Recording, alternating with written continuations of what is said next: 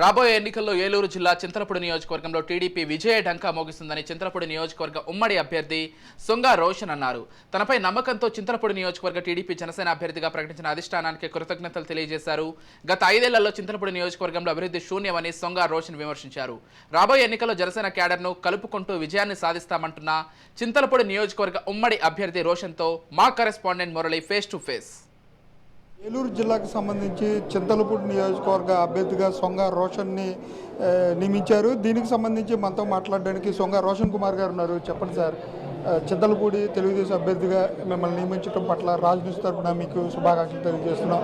అలాగే ఏ వ్యూహంతో ముందుకెళ్ళబోతున్నారు? ముఖ్యంగా ఈ రోజున నన్ను చింతలపూడి నియోజకవర్గ క్యాండిడేట్గా అనౌన్స్ చేసిన తెలుగుదేశం పార్టీ జాతీయ అధ్యక్షులు నారా చంద్రబాబు నాయుడు గారికి, మరి మన యువ నాయకులు నారా లోకేష్ గారికి, తెలుగుదేశం పార్టీ రాష్ట్ర అధ్యక్షులు అచ్చెన్నాయుడు గారికి, అలాగే జనసేన పార్టీ అధ్యక్షులు పవన్ కళ్యాణ్ గారికి నేను కృతజ్ఞతలు తెలియజేస్తున్నాను.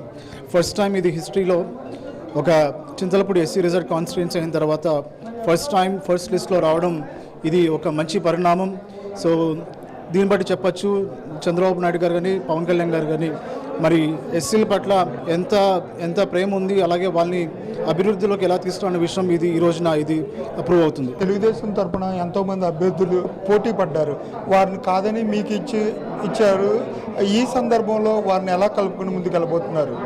ఎప్పటి నుంచి అయితే ఈ యొక్క చింతలపూడి బరిలో మరి నాతో పాటు ట్రై చేసిన అనిల్ బొమ్మాజీ గారు కానివ్వండి, ఆకుమర్తి రామారావు గారు కానివ్వండి, అంబేద్కర్ గారు కానివ్వండి, లేదా జనసేన పార్టీ నుంచి మేక ఐశ్వర్య గారు కానివ్వండి, ఇలా చాలామంది అభ్యర్థులు మరి మొదటి నుంచి కూడా మేము ఒకే వాయిస్తో ఉన్నాము.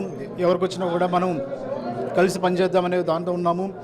అదేవిధంగా నాకు క్యాండిడేచర్ అనౌన్స్ చేసిన తర్వాత కూడా వాళ్ళు అదే స్ఫూర్తితోటి మరి వచ్చి ముందుకి బ్రదర్ మన అందరం కలిసి చేద్దాము, పార్టీ గెలుపు ముఖ్యం అని చెప్పి అన్నారు. 28వ తారీఖున టీడీపీ జనసేన ఉమ్మడి సభకు చింతలపూడి నియోజకవర్గం నుంచి ఏర్పాట్లు చేశారు? ఒక 6 లక్షల మందితోటి ఇక్కడ తాడేపల్లిగూడెంలో మరి భారీ బహిరంగ సభ ఏర్పాటు చేయబోతున్నారు. ఇది ఒక ఎన్నికల శంఖారావం.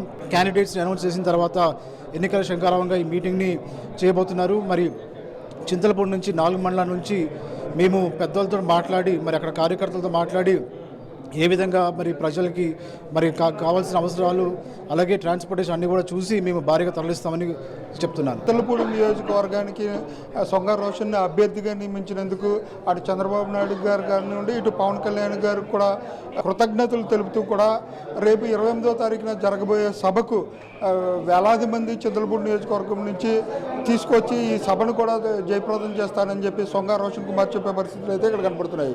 కెమెరా పర్సన్ రమణతో మురళి, రాజ్ న్యూస్, చింతలపూడి నియోజకవర్గం నుంచి.